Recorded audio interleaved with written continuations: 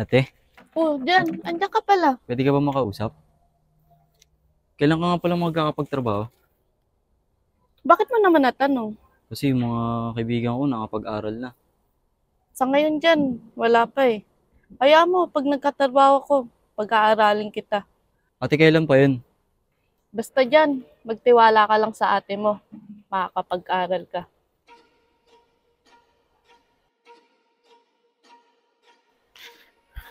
Ma'am, ah, natanggal ko na po yung bara ng lababo nyo.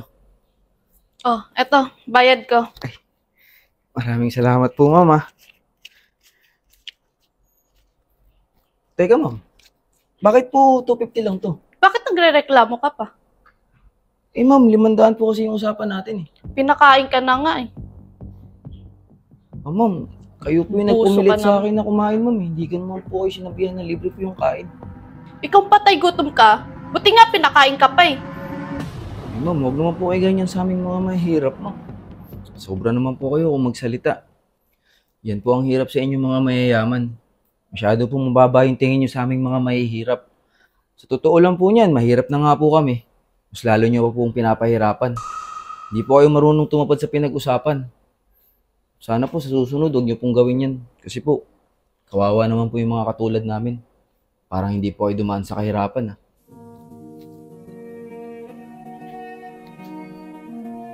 Gusto na kayo si ate. Ano babae ng ate ko? Kuya, pwede mo magtanong? Ano yan? Yan po babae ng ate ko? Ate mo ba yan?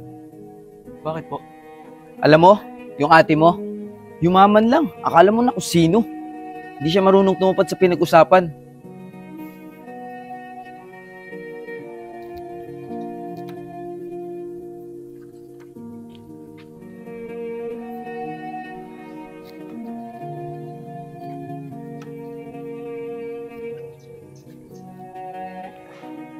Yung ate Lato?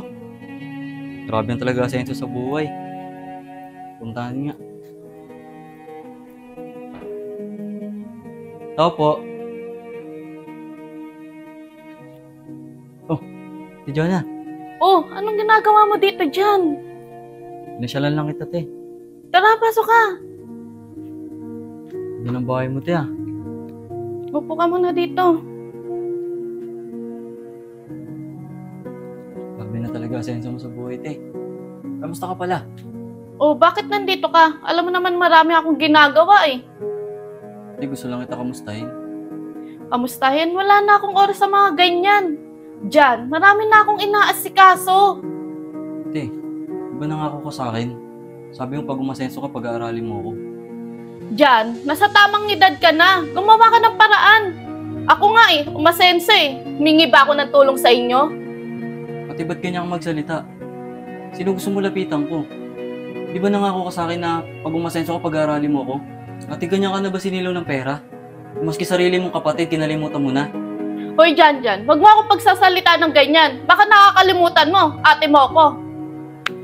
Ate, ang lakas naman ng loob mo sabihin yan. Ipinabaya mo nga ako mag-isa.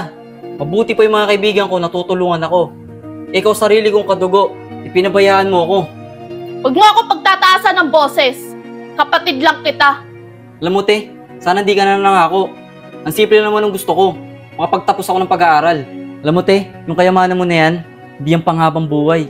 Lulubog at lulubog ka rin. At ito, tandaan mo, te. Oras na mangyari yun, wala ka ng ibang malalapitan.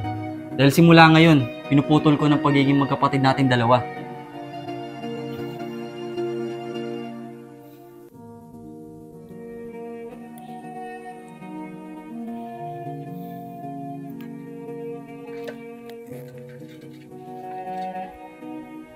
Baliwala lahat ng yaman mo. Ang pansarili lang iniisip mo.